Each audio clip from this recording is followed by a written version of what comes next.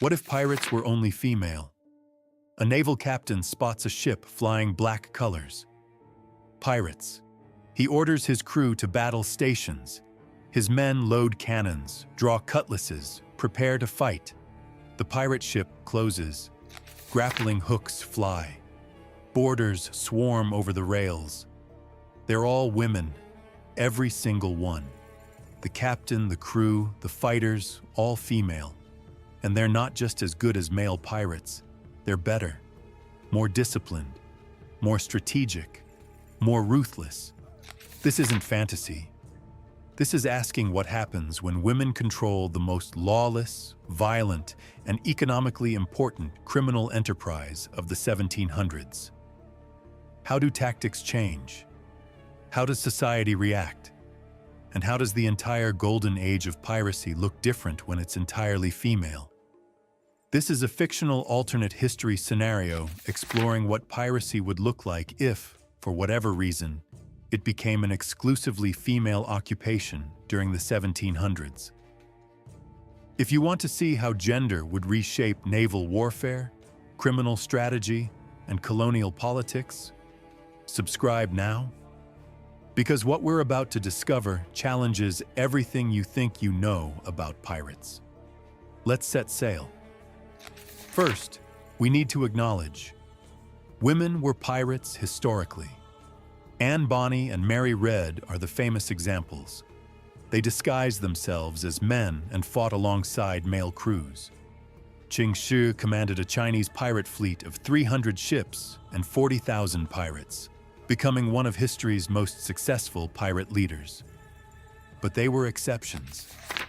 Piracy was overwhelmingly male because maritime life was male-dominated.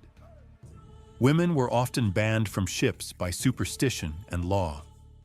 Now imagine that reverses. Through some combination of social, economic, and cultural factors, piracy becomes exclusively female. Not just captains, entire crews. From deckhands to navigators to gunners to boarding parties. How does this change everything? The first change is physical. Female crews are, on average, smaller and less physically strong than male crews. This sounds like a disadvantage. It's not. Smaller crews mean lighter ships. Lighter ships are faster. Speed is the pirate's greatest advantage. Historical pirates chose fast sloops over powerful warships, specifically because speed meant choosing when to fight. All female crews make this even more pronounced. They choose smaller, more maneuverable vessels. Brigantines, schooners, sloops. They avoid ship-to-ship cannon battles where superior firepower wins. Instead, they use speed to choose targets, strike fast, and escape before naval forces respond. They become the ultimate hit-and-run predators. The second change is tactical. Male-dominated warfare historically emphasized direct confrontation and physical dominance. All female pirate crews develop different approaches. They specialize in deception, flying false flags until the last moment, disguising warships as merchant vessels, using captured ships as decoys. Psychological warfare becomes primary. Reputation for brutality that makes merchant ships surrender without fighting. They avoid unnecessary combat. Every casualty weakens the crew, and replacement crew are harder to find when you're recruiting from a smaller population. Fighting is expensive. Intimidation is cheap. They become masters of intimidation. Here's where it gets interesting. Colonial navies and merchant ships are entirely male. When they encounter all-female pirate crews, they consistently underestimate them. Male naval captains assume women can't fight. They assume they can board easily and overwhelm the crew. They assume wrong. Female pirate crews exploit this. They appear weak. They seem disorganized. Then, when male crews board confidently, they face fighters who are well-trained, well-armed, and fighting on their own ship where they have every advantage. Historically, Pirates were expert knife fighters and pistol users. Female pirates in this scenario specialize even further. They train relentlessly in close-quarters combat, with weapons that don't require physical strength. Pistols, daggers, cutlasses used with technique rather than power. The psychological shock of fighting skilled female opponents throws male crews off balance. Men aren't trained to fight women. The cognitive dissonance, women aren't supposed to be dangerous, creates hesitation. Hesitation is fatal in combat. All female pirate crews win boarding actions consistently, not despite their gender, but because opponents can't adapt to it. Colonial governments and European powers face a crisis they don't know how to handle. Piracy they understand. Hang the pirates, problem solved. But hanging women? The 1700s have strict gender norms. Women are supposed to be delicate, domestic, moral. Female pirates violate every assumption about femininity. This creates cognitive dissonance at a societal level. Some responses are predictable. Churches declare female pirates are possessed by demons or witches. Pamphleteers publish sensational stories emphasizing sexual deviancy and moral corruption. Female pirates become symbols of everything threatening about women having power. But legal systems struggle. English and Spanish law has provisions for dealing with male pirates, execution by hanging. But public execution of women is controversial. It makes authorities look barbaric. Some captured female pirates are executed. Others are imprisoned, which is expensive. Others are deported or forced into marriage as a form of rehabilitation. None of these solutions work because piracy keeps recruiting. Why? Because piracy offers women something colonial society doesn't: economic opportunity, autonomy, and escape from patriarchal control. In colonial society, women's options are limited: marriage, domestic service, or prostitution.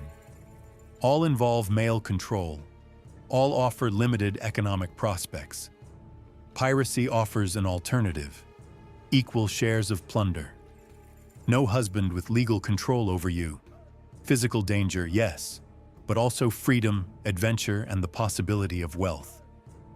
Women escape abusive marriages. Indentured servants flee. Prostitutes see better economic opportunity. Poor women from port cities join because the risks of piracy are barely worse than the risks of poverty. All female pirate crews actively recruit. They raid coastal towns and offer women a choice: join us or stay here. Enough choose piracy that crews remain staffed. This creates a feedback loop. More female pirates mean more visible examples of women with power and autonomy.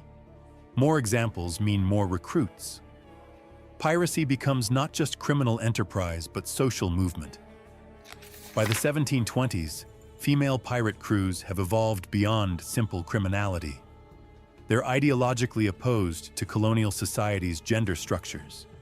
Some pirate crews establish codes that formalize egalitarian principles: equal voting rights on major decisions, equal shares of plunder, rules against violence within the crew, democratic election of captains.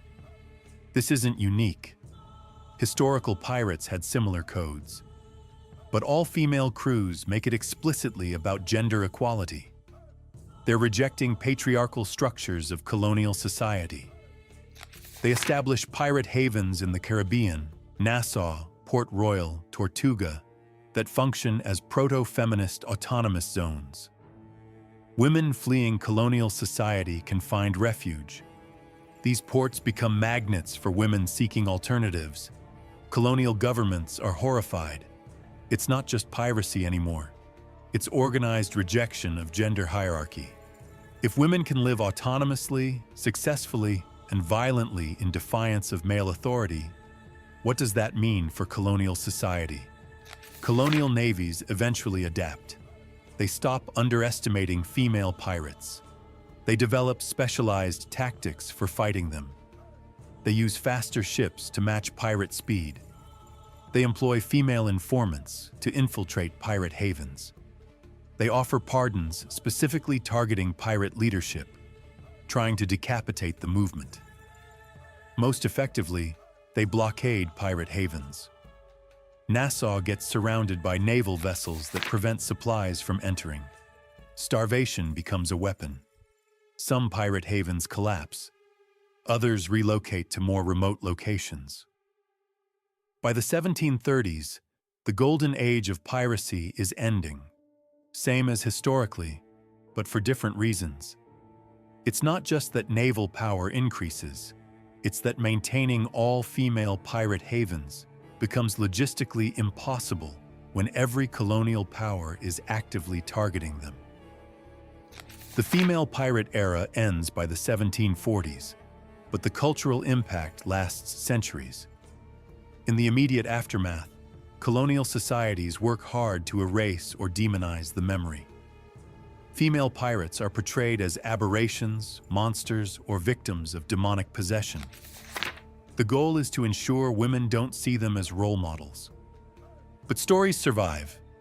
Ballads, oral histories, and folk tales about female pirates circulate in port cities and among working-class communities. They become legends, exaggerated, mythologized, but remembered. 2 centuries later, suffragettes rediscover female pirate history. They're fascinated by women who violently rejected patriarchal control and built autonomous communities. Female pirates become symbols for early feminist movements. Modern historians debate them endlessly. Were they criminals or revolutionaries? Victims of circumstance or agents of change? The answer is probably both.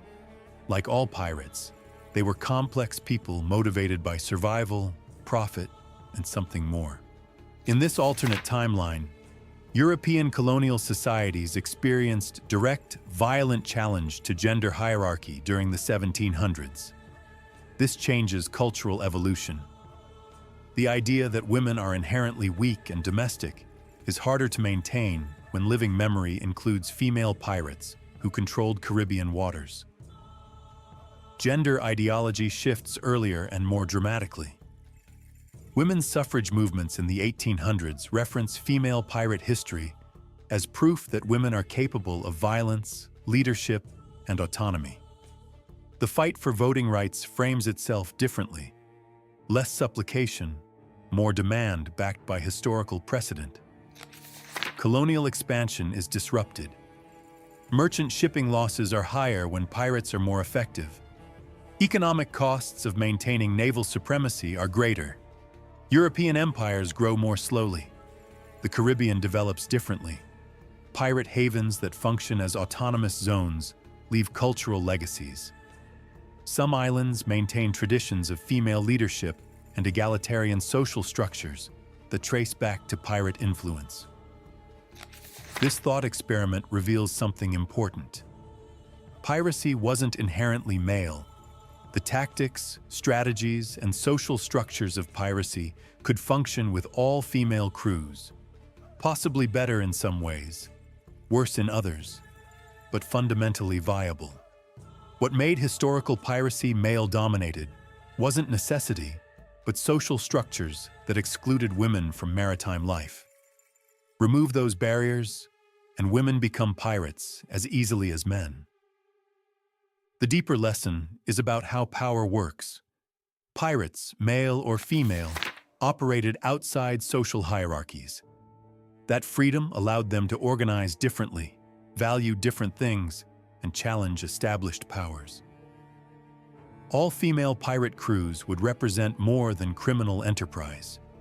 They'd be living proof that women could exercise violence, command respect, accumulate wealth, and build autonomous communities without male authority.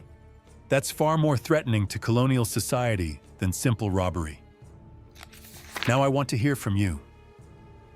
Do you think all female pirate crews would actually be more effective than male crews? Or would physical differences create insurmountable disadvantages?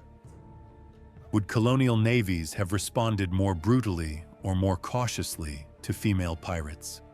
And if pirate havens offered women an alternative to colonial society, how many would have chosen that option? Drop your analysis in the comments.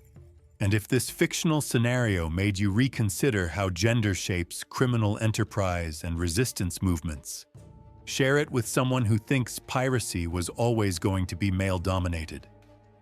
Because it wasn't. It was whatever society allowed it to be. And in this world, it became something entirely different.